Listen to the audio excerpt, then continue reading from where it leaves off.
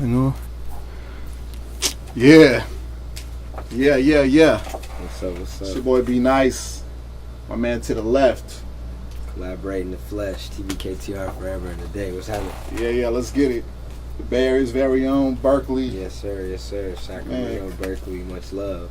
Caleborate, bro. Nice to have you here, man. Man. Thank you for having me, bro. I've been messing with dude shit for so long. It's like pause. I've been like, he's a super talented dude.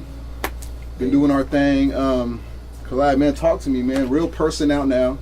If you haven't heard it, if you don't know about it yet, you need to. A must listen to. It's got to be in your rotation. Yeah.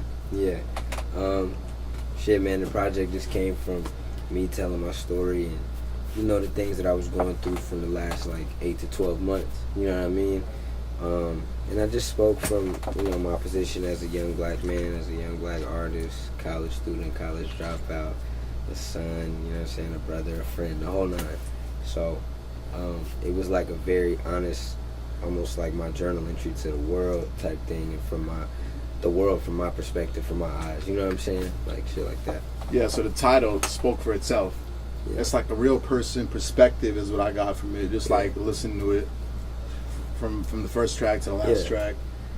How long did you actually sit there and work on the project? Man, a lot.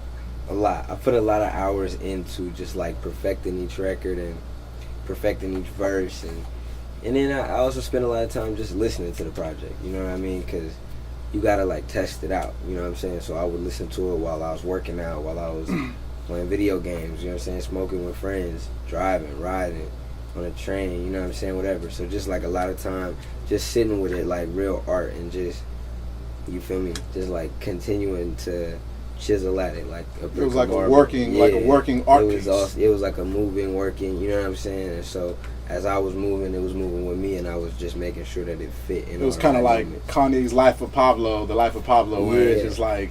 But except for when we finished our shit, your shit was done. Yeah. You was out here spazzing. I did all the fucking going back and forth when I was recording and shit. So by the time it was mixed and mastered, that was it. But I put a lot of time into making sure it sounded, you know what I mean, and it was as good as it is, How many times would you say you went back and like worked on it? Like, let's say whether it was a track or you heard like whether it was a cadence on something, or a kind of flow, and you were let me switch this back real quick. I want to say it like this. Yeah. I didn't do it a whole lot. There were a lot of songs where, like, I would make a note of something that I wanted to change, and then I would wait until the time was right to just fix it. Like, I would be so busy recording new shit, and sometimes I'd be like, I don't feel like going in and touching up this old song right now. Even though I know I want to add this to it or change this to it, I want to lay down on my new tracks. So I would do that, and then as I got closer to finishing everything, I would go in there for one of them, like, cleanup days and be like, all right, let's go through all these tracks I got all these notes on. But more often than actually going in the studio and making all the changes, I would just sit with the songs and write a whole bunch of stuff out, write all the ideas out. If I had, ideas to change stuff, I would just write them out, and then you sit with it, you know what I'm saying? You see if that idea makes sense. If it doesn't, you be like, never mind, I like it the way it is. I like kind of sometimes writing an idea out, but not always just doing it. That way, that way it's still an idea. Just in case you don't want to do it, it's okay. You know what I mean? Like, the song can keep its integrity and shit. What was one of the most, like, notable changes you made to any track or to the album as a whole? Ooh. That you really remember and you were just like... Adding the last verse to Soul. Okay, because I was going to say that. I was going to bring that up because I premiered Soul on LALeakers.com for those that don't know. Shout out LA Leakers. Shout out LA Leakers, LALeakers.com. And when I heard the original, I got the original. Yeah. I heard it. I was like, okay, this that shit right here. He's really spitting that from the soul as it should be. Thank you. With that soulful sample, which is heard throughout the album. Yeah. But I when I first heard the album from front to back, I would always skip over that song, and it was always because I had already heard it. Up on you. Yeah. So one time I just remember I was on Sunset and I was like really pensive on shit. And I was just like bumping this shit. Amazing. And then I was smoking. Oh, that's great. And I was I thought great. I just let the shit play. Yeah. You know, it was first track caught up, and then it went to soul. Yeah. But it was extended, and I never really caught wind of that until I heard it. Right. I just blasted it, and then I heard you at the end, like, tired of hanging with whack rappers. Yeah. For the next, yeah. You know what? That's dope. It's like when I had first started watching Rick and Morty, and I didn't know that they did the like little thing at the end. You know how some shows they like do the credits and stuff, and then after the credits they do a little like prelude to the next episode. Yeah. They touch back on something that happened in the episode earlier. Like when I first noticed that, I would be like, "Oh shit, they left more at the end." You know what I mean? So that's fun. I love experiencing that. Yeah, it was great, and I heard it. Yeah. What really inspired that added verse, if you will, to the extended version of Soul? Two things. One, my manager Nick was like, "Yo, I feel like this song deserves some bars. I feel like you still have more to say on it." Two, me being like, "Yeah, I agree. I do still have some stuff that I want to say on it." So sitting down with that again. Now, like you said, that's a tough part to go back. That song was quote unquote done before I added the extra verse, so I had to go back, write the extra verse, and then add it to the record. But it was just, like you could just feel it on the record, like, and I knew when I recorded that song that I wanted it to be a statement song. So I was like, we got to put something special on this record. So the single version, this song is a statement because it's such a banger. You know what I'm saying? But for the project and for what it means for like the maturation of my career, that extra verse is so necessary and perfect on that song. You know what I'm saying? Because it just, you vibe out and it just rides so smoothly into track 3, Bank Robber. And it really does, like literally, bro. Like literally, it just rides into it. Yeah. Because I was literally riding. Yeah. And next thing you know, I get a extended version with like the real bars, because that shit stands out. Like I was high and on, I was like, I still caught them bars. Yeah, like, the bars were definitely nice. I remember the first time I when we had finished and I added that verse to it, I remember I went to New York after that, because I originally recorded that song in October, I believe, of last year. So it's been done for a minute. So like damn near it's a year old now. It's crazy. But when I did the extra, you said verse, New York. When I took it to New York, okay. I played it at XXL, and I remember they was fucking with the song the whole way through, and then it got to the extra verse, and it was like, ooh, and I was like, yeah, this is it, because like I said, it needed the extra little bit of bar. Oh, you know what I'm saying? so you had the extra verse the whole time. I had the extra verse, but you never showed it to me. I waited. I see what it is here. I was like trying to take everything I had with me out to New York and get it popping. But no, top. I wanted to. I also really care a lot about the experience for a listener. You know what I'm saying? Sometimes I want people to not know I got what I got up my sleeve. You know what I'm saying? So that when you get it, it's special, and it's like, oh shit, I didn't even expect that. Like that moment of you catching that song, you never forget. You never forget that. It's sweet. That was too. special. It's that was special special to you. Because I had some things weighing on my head, and it came to you when it was ready. Yeah, like, you know what I mean, like the universe and shit. I like shit like that, and that shit was dope. Yeah. Yeah. So number 1, we get into Caught Up. Number 2, we go to Soul 3, Bank Robber. Track 4 though stands out to me because it's a play on words with the title of the song and the track number. Yeah. It's for Willem. Yep. For Willem as in a person. Yeah. I know on Bank Robber you talk about your dad. Yes, sir. So when I exit Bank Robber, I go into For Willem thinking that track is an extension to that, and it's also for your dad, because your dad's name is also William? It was William. Willem is a producer, a close friend of mine from Belgium. We've been working together. We worked together for a long time. Like if you go back to my early stuff, he and I have been working together for maybe 4 or 5 years now. And he wasn't a part of 1993, so it was real special to have him on this project. And I felt like I really needed to write my best shit, because this was one of the first beats I got from him in a minute. You gotta imagine me and this dude went from, he making damn near half of my albums to he didn't make anything on my last one. You know what I mean? So when I got this beat from him, because Willem was doing his independent thing, working with his band Black Wave and just growing, as his own artist. So when I got this beat from him, I was like, I gotta kill this. You know what I mean? Because I was like, it's been you miss that feeling. This is my boy. We got records. You know what I mean? So I went. That's why I rapped so long, and it was I put so much on that track because I was like, yo, like I owe this to, you know what I'm saying, Willem. Like we deserve a classic like the this. roots. That's the that's the real roots, the grassroots right We there. deserve that classic, you know what I mean? He deserves that in his name too, as a dedication to him, but also to everybody I talk about in the record and to all the fans. But I wanted to give him that title, you know what I mean? And that's a beautiful thing, man. You're really paying homage to the people that was there from the beginning. Yeah, that's my boy. Everybody gotta know that. Speaking of producers, on the album you get a plethora of producers. I mean, you get all kinds. You got Drew Banger on there who produced Bank Robber. Bank Robber is one of the ones that stands out because the whole album is really soulful. It's really like you sit there and you really think about shit. But Bank Robber can also double as like that party track. Oh yeah, definitely. It's like a banger, you know what I mean? The beat, when I got it, it was just special. And Drew Banger and Chose One, they both produced that. But Drew definitely has a knack. He and I have a knack for making those kind of songs. We have a song called El Bandito on my album, a couple albums ago, on my project called Hella Good. And that song is a banger, but it's like 3.5 minutes long, bars, you know what I'm saying? He just has a real knack. I give a lot of credit to Drew. He's one of the producers in the Bay Area that can embody that hyphy sound, right?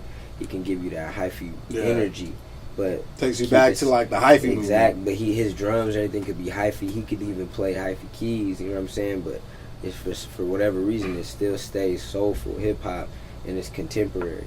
He's real talented, man. He really helps to embody that, like to give me that the proper amount of Bay Area flavor that I need. You know what I'm saying? Because I'm not a hyphy rapper, but that energy is still in me. You know what I'm saying? So that Bank Robber is like, bang, it's knocking the way. And I remember when we were mixing it, I was telling Adam, my engineer, I was like, yo, I need the snares like layered with some claps. And it's real, cause like what's it called when the shit is clipping? You could kind of, it's one of them claps you could like the audio clipping is like it's like you know what I'm saying? Right on point. Clipping and shit is like mad loud, and I was like, yeah, I needed to clip like that. I needed to sound like, you know what I'm saying? Like I almost want the claps to sound low budget, like, cause this is that feeling, like this is that energy, like trying to get that 07, 08 feeling back. Man, everything wasn't mixed back then, and it was a little harsh to the ears, you know what I'm saying? But that's what made it so beautiful. Special. Exactly. That's what made it so good. I was like, nah, man, turn that clap up. I want it to ring a little bit, you know what I mean, when I hear it. So that beat is special to me. That record is special to me. Every song I make with Drew is one of my favorite producers, so we just go crazy every time. Yeah, because I know, I might butcher his name right here. What is it? Leggy? Ledge Kale. Yeah, because I'm like, yo, I don't want to fuck this dude's name up. First time all due respect to him. Yeah, incredible, amazing, talented. Because I know he also produced Kyle's track, right? Yeah, he produced, I think, I Spy. He produced I Spy. Yeah, he's an amazing, this is the funniest thing about me and Ledge's relationship is when we linked up at the beginning of this year, we're in two completely different places. Like Ledge K was working a job, I believe. Like he was living in Ohio, just working. And I was like living with my aunt, like just cooking up, you know what I mean? And then fast forward, the year's not even over. He had a number one, or you know what I mean, a platinum record. That's how quick the shit moves. And the project is out. We got bangers. It's like, wow, that's a beautiful thing. You know what I mean? It's a great relationship. But when he sent me them bangers, I was like, when I hear it, you know what I'm saying? When I get the beat and I hear it, it's like, it's butter. It's easy. It's like, yo, I'm going. You know what I mean? I can't turn off the inspiration sometimes. So he's fire with it, man. If I'm not mistaken, that's the only track he produced on the album, right? Well, he did Soul and he did Fine. Oh, he did Fine track as well. Track 6, I believe. Okay. With my boy 108K. Yeah, I heard that one. That one draws a very interesting sample. So yeah. Tell him the sample. So there's two. Well, the original is Ronnie Foster. Yep. You got that song Mystic Brew, I think it's called. And then, but it also samples the Tribe Called Quest, Electric Relaxation. That's then the one. It does the J. Cole Forbidden Fruit with Kendrick. So it's like a real historic passed along the lines. I think our version is clean though. I like it. Like we did it justice. Shout out to 102 or 108K. Yeah. 108K. Shout out 108K. Shout out my brother Ledge. Shout out 108K. I mean, classic. Because 108K putting shit too big, going crazy. Lost and found. 108K. Lost and found. Fuck with my boy, man. But that track is crazy, and the Forbidden Fruit thing really caught. Yeah. You know, the Tribe Called Quest. Oh yeah. That gets caught my attention. Yeah. Right, it's the first thing I heard. Being like a real hip hop head, I heard that and I was like, okay, there's that Tribe on there. But then I heard the Forbidden Fruit on there, and I remember like Cole also used Forbidden Fruit to rewind and get his neighbor's instrumental. Yeah, shit's crazy. And you did something similar too. Oh man. Off the album. My shit, yeah, off the album. Off the album. J. Cole. I had my own little Cole moment. Yeah, you got the produced by J. Cole, which J. is Cole. you looping the J. Cole track. Yo, thank you for bringing that up because I love talking about that song because it's so special. And that song is special, man. Thank you. I think it's special too. If it's one, yo, like that should have been the album joint in my opinion. Okay, that's me. I will give you that. I will give you that. Like it was, but you know what? It's such a strong record that I kind of want to stand alone, just because when it blows up, I know it will blow up. No, when it does blow up, like I want it to be like my special like thing that I can say, yo, like I did this as a fan of Cole and as a student of hip hop. I want it to have its own little world, you know what I mean? Because it is special. Like the night I wrote it, you know what I'm saying? I was just watching his what's it called? 2014 Forest Hill Drive. The HBO special. Yeah, he had the documentary or whatever, and there was the tour bus scene where he was making a beat. And at the time, I was trying to figure out what I wanted to put out because I was like crafting up my little rollout for the project. Like, yo, I want to hit with some singles and da-da-da. And I was like, I need to hit with something fire. Like, I need to hit with something bars. Now, I had Make Me and Take Me, right? But I was like, that's too soon. Like, it was too much. I was like, this is too much too soon. So I was like, I need something with some soul and some feeling in it, but it still got some bars. Lo and behold, I'm watching this documentary and I hear him start making that beat. And I was like, I wonder if he got a song to it. Googled it, no song. And then I was like, see if I could find the loop of it. So I Googled tour bus beat loop, found the loop. I was like, oh, it's a rap. That was it. It's a rap. All I did is Where'd you find that? It was on YouTube. I even wrote an article. I had wrote the dude's name when I found it. I forgot, but I searched it and looked on YouTube and I found it. And I was like, oh yeah, it's going down. And I just wrote to that shit like, man, it was How long did you actually write that? Didn't even take that long. Like it was like because it seemed all so organic. Yeah, it was like money. Like so that's what I'm saying. Sometimes when it's inspiration, it just hits you like it just come out like 30 minutes, 40 minutes. You know what I mean? I just smoked a joint and just wrote the whole thing and just kept practicing it, and then I was like, yeah, this is ready. You know what I mean? And then yeah, that shit was. It was a moment. That song is so special to anybody. Like if you haven't heard produced by J. Cole and you're going through any kind of struggle, please press play on that. Like, thank you. Yeah, please, man. Please. Like, I don't even know if J. Cole's heard it yet. I don't even know, but I hope he does soon. That shit would be dope. It would mean a lot to me as a student of hip hop. What do you say? Cole, I need a beat like you need a damn haircut. Yeah, Cole, I need a beat like you need a damn haircut. How special would it be getting a beat from J. Cole, man?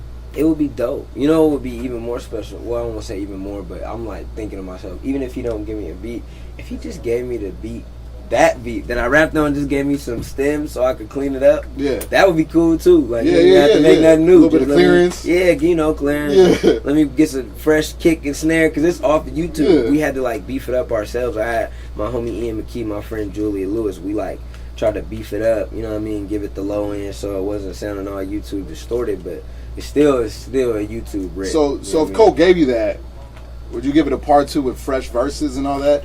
I might freak it. You know what I'm saying? I might fuck with it. I don't know. We'll see. I will hope that song can maybe get me in a position where like me and Cole can have a conversation about it. Then I'll figure out like if you want to do something new or you know what I'm saying, you want to give me a beat or whatever. I could write some new shit to that beat. We could do some new shit. Maybe he got something to it. You know what I'm saying? But if he did, like I'm down either way. I don't care anything, bro. Anyway, like that's one of my like rap idols, one of my favorite like rappers all the time. You know what I mean? I'd be honored just to even have him listen to it. Just be like, it's cool. Because you're still unsigned, right? I'm still unsigned. I have a marketing deal with my label, so I took TBKTR on my label, and I'm working with a marketing company. But as far as collaborating, being signed to like a major label or deal, we still doing this on the indie grind. Yeah. And I love it. Shout out all the indie rappers out there really getting it. Shit, do you want to sign? Because I mean, I feel at this point, you don't really have to be signed to be successful. You don't have to. It's really up to you, the artist situation, you know, and what it's looking like, what the deal's looking like. Because you could fuck around and have so much leverage, you know what I'm saying, to where you be like, a label could just want to fuck with you just to have a piece, you know what I'm saying? Yeah. I remember seeing academics were saying recently, like XXX Tentacion signed a deal worth like $6 million. I mean, I don't know how much he got out of that, but that's still a lot. He's like, it's a lot of money. 17, 18, like, but he got so much commanding this shit. You know what I mean? His fan base is crazy, and he's like got a cult like following. It's so based like, on the internet. Yeah, so they're like, dude, any piece of what you do, we can get it. We'll give you anything. You know what I mean? Which, so that's if you have the leverage, yeah. But right now, bro, like everything is cool. Like, right now, I'm just cool and I'm down to do the slow grind. You know what Unless Cole offered you a Dreamville. If Cole, I mean, even still, I would be interested, but my shit gotta be right. Yeah. Because I'm trying to make my own Dreamville over what here. What do you say? What do you say on that one track? You're like, you say, I don't need a deal. Oh, Chance showed me I don't need a deal. Yeah, you know what I mean? Chance. Shout out Chance, man. That's my brother right there, for real. But yeah, like, I don't really need a deal, so if Cole, like, no diss, you know what I'm saying? It's just the music business.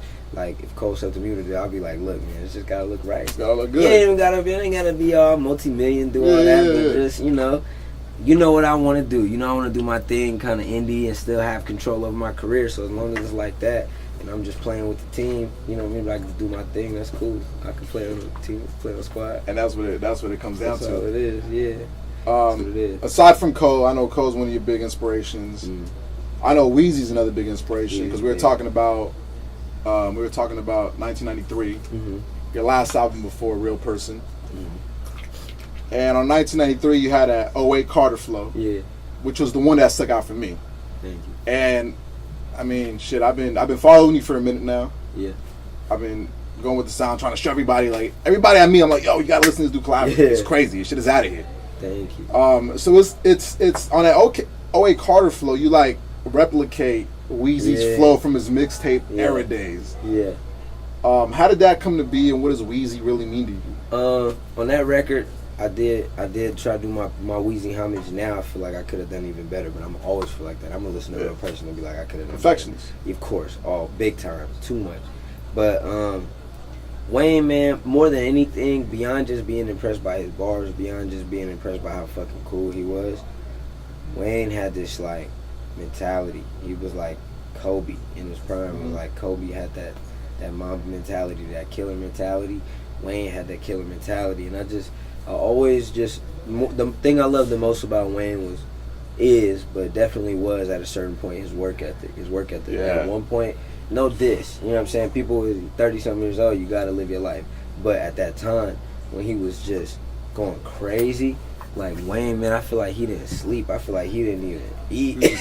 I feel like he was in that Miami condo. Yeah. I feel like he was just a rat, a rat. I think he actually said that was his lifestyle. He was like, what he say? He said he'd wake up, smoke, right, like do some lean, eat lunch, right, mess with some girl, get back to the studio till 8 a.m. and then that's it. Rinse and repeat, literally. You know what I mean? And that shit is like cool because, you know, rap is like, it's so much. You got so much to get out. Sometimes you got to put yourself in that zone just to get it all out. Like Wayne has given us so many classes because he chose to work like that. That now he do whatever he wants. You know what I mean? He did his duty. He did his job as an MC, as a rapper, as an artist. So, like, more than anything, I fuck with that about Wayne. And he just got like a motor. He just never stops going. You know what I mean? He's just on. He's a fucking rock star, man. He's one of the first hip hop rock stars for sure. So Cole, Weezy, who else? Cole, Weezy, Kendrick. Mac Dre's a given. Kick Sneak is a given. Cause I'm gonna bring something up. Please. Hopefully my trivia skills are good. Come on. So I was floating around on Twitter the other night, and I saw you send an interesting tweet out, and you said something along the lines that you love Playboy Carti, he's your favorite rapper. Yeah, I can't wait to answer this question. Yeah. So what's that like? Were you being serious with it? Was it? I'm here for this. First off, you have to know I'm a Gemini, so my favorite shit changes. Yo, it's gonna be every day. This is my favorite shirt right now. It's my favorite shirt right now. Tomorrow I'll be like, yo, I never want to wear that shirt again.